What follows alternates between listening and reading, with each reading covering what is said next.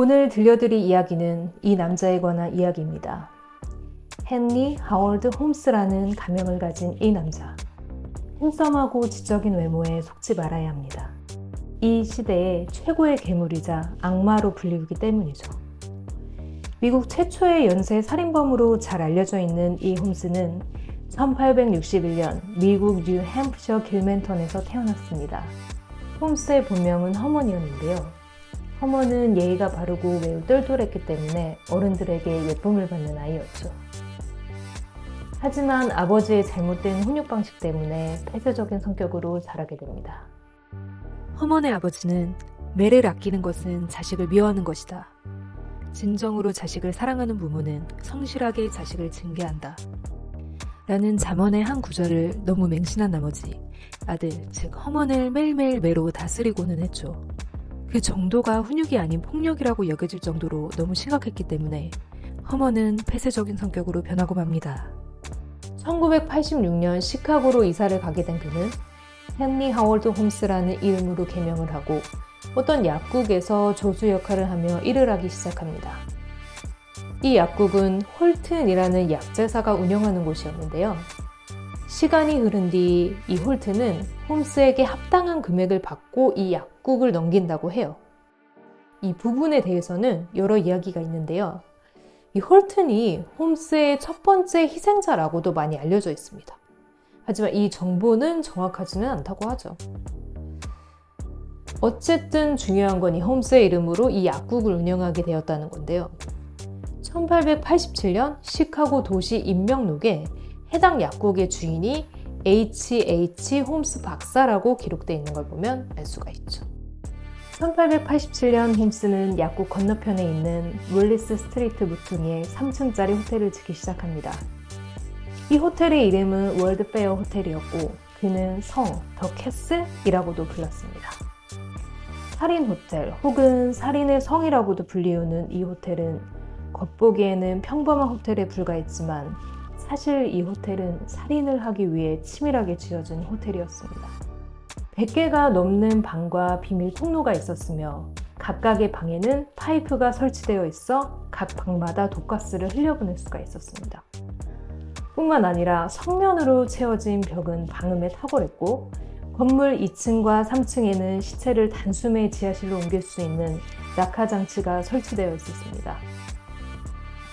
그리고 그 지하실은 홈스가 시체를 소각하고 해체하고 연구할 수 있는 끔찍한 작업장이었죠. 호텔 내부를 자세히 한번 볼까요? 중간에 화장실 같은 공간에서 홈스로 추정되는 인물이 누군가를 살인하는 듯한 모습이 보이는데요. 지하의 비밀 통로를 통해 내려가고 있습니다. 비밀 통로의 계단에는 핏자국이 묻어있는 끔찍한 모습도 보이죠. 그리고 그 위에 독방 같은 곳에는 어떤 사람이 쭈그리고 있는 모습도 보입니다. 굉장히 미로같이 만들어진 곳이죠. 이런 끔찍한 방들 바로 옆에는 어떤 여자가 한가롭게 책을 읽고 있는 모습이 보여요. 정말 너무 상반되는 모습인데요. 이 투숙객은 바로 옆에서 이런 일이 일어나고 있는 것을 알지 못하고 있겠죠. 너무 소름 돋지 않나요? 그리고 다음 사진을 보시면 역시나 가운데 방은 정상적인 투숙객의 방으로 보이고요. 양쪽에서 상반된 사건들이 일어나고 있어요. 왼쪽 방에는 어떤 여자가 갇혀있는지 문을 손톱으로 마구 긁으며 애원하고 있는 중이고요. 오른쪽에는 피로 추정되는 액체가 낭자한 방 바로 옆에 메이드가 태연하게 청소를 하고 있죠. 그리고 그 아래층에 보시면 시신으로 추정되는 물체가 테이블 위에 놓여 있습니다. 역시나 여기도 마찬가지예요. 한껏 꾸미고 의자에 앉아있는 여자 바로 뒷방에는 끌려가는 듯한 다리가 보이고요.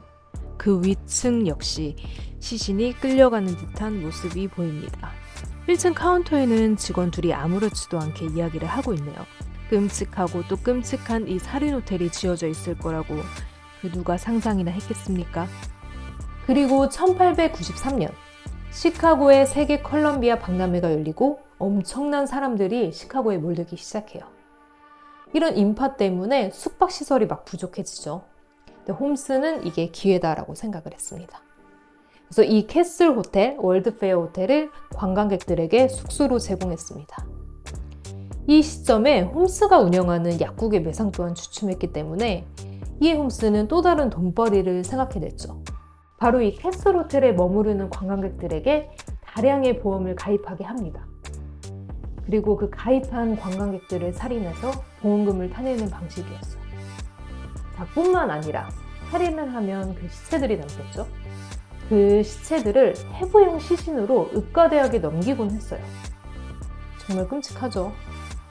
자, 시체를 제공받은 의과대학은 홈스에게 많은 돈을 지급했고 이중으로 홈스는 돈을 벌게 됩니다. 자, 여기서 의문을 제기할 수 있는데요. 의과대학에서 왜 홈스에게 출처를 물어보지 않았냐, 왜 의문을 제기하지 않았냐 할 텐데 당시에는 이런 괜찮은 시신 표본 자체가 없는 것이 무척 어려웠다고 해요. 그래서 그냥 단순히 무연고자 시신이구나 해서 별다른 의문을 제기하지는 않았다고 합니다. 참 범죄에 최적화되어 있는 그런 시대랑 상황이었던 것 같아요. 하지만 완벽한 범죄는 없습니다. 경찰이 실종자의 대부분이 이 호텔에 머물렀다는 사실을 알게 되는데요. 체크인은 있는데 체크아웃은 없는 상황. 그래서 홈스를 유력한 용의자로 지목하게 되고 마침내 호텔을 수색하게 이릅니다. 여기서 중요한 한 사람, 공범인 벤자민 피첼에 대해서도 설명을 해야 하는데요. 벤자민 피첼은 홈스의 살인 호텔을 짓는데 일조했던 사람이자 동료였습니다. 그는 목수였고 그의 기술이 이 호텔에 접목되었는데요. 뿐만 아니라 그는 홈스의 범죄 실행을 여러 번 도와줬다고 합니다. 하지만 아이러니하게도 이 공범인 벤자민 피첼에 의해서 홈스의 범행이 제대로 꼬리를 밟히게 됩니다.